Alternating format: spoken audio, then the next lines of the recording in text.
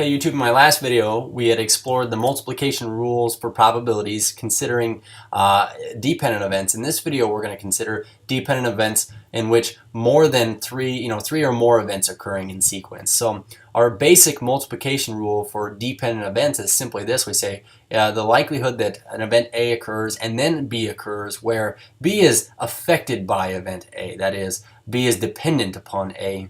We say it just comes out to be this: the probability of the first event times the probability of the second event, and this just means that given that the first event had happened, okay?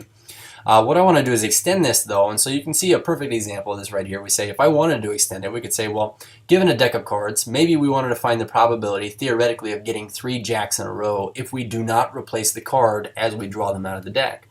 So the idea is I want to find the probability of getting a jack and then getting another jack and then getting a third jack.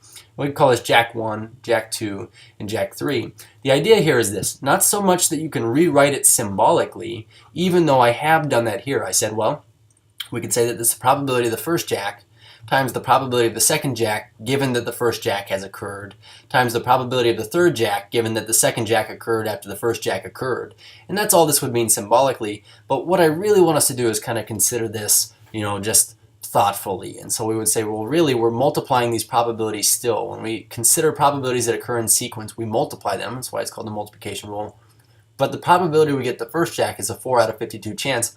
And the idea here is this: if we're considering the likelihood we get a jack on the second draw, given that we didn't put the first one back, then there would only be 3 jacks left in the deck, and there would be 1 less card in the deck. And likewise, if we were to remove that jack, we would say on the third draw then, the first 2 jacks are missing now, so the likelihood we get a third jack in a row would be 2 only, and out of 50 cards. And we could, of course, multiply these straight across, and we get this likelihood here, and we should express this as some decimal. But the idea is that that's all it takes, is we can just multiply these straight across, being aware of the fact that we are losing elements as we go because these are dependent events. So I just wanted to kind of consider a couple of examples here.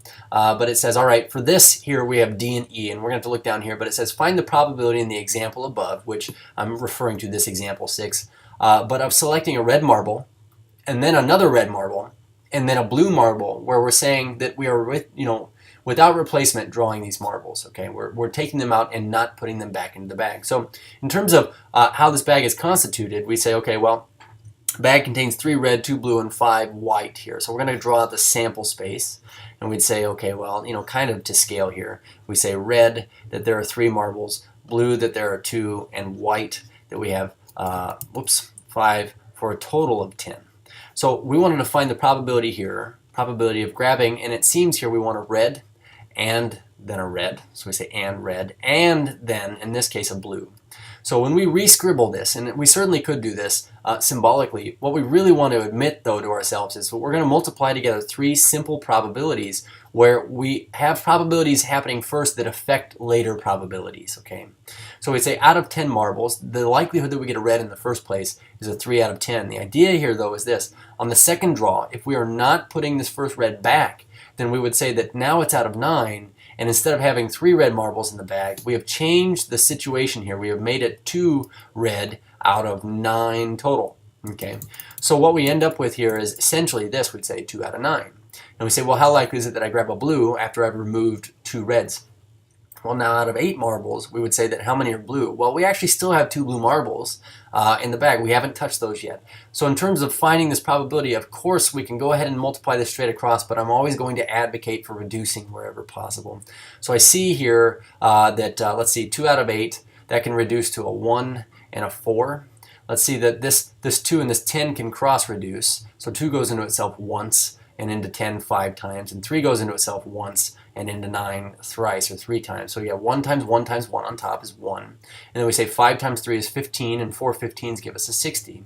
So we say that this likelihood here, this 1/60th, okay, we say 1 divided by 60, gives us a decimal 0.016 repeating. So we have 0.016, 6 repeats, and we say that changing this to a percentage is a 1.6 repeating percent, okay? So again, let's try this, and what I want to do is I want to consider this event. We say, what's the likelihood that we get 3 blue marbles in a row without replacing them? Now, the savvy listener is going to say, well, this is not possible because you only have 2 blue marbles. So the likelihood of grabbing a blue and then a blue. When we say 3 blue, we really should interpret this as blues happening in sequence. And we'd say, well, then it's 3 probabilities multiplied together, replacing all of these ands with multiplication signs. And then what we end up with is this. We say, well, out of 10 here, there are 2 blues. But if we're not putting that first blue back, then we say now it's out of 9, and there's only 1 blue.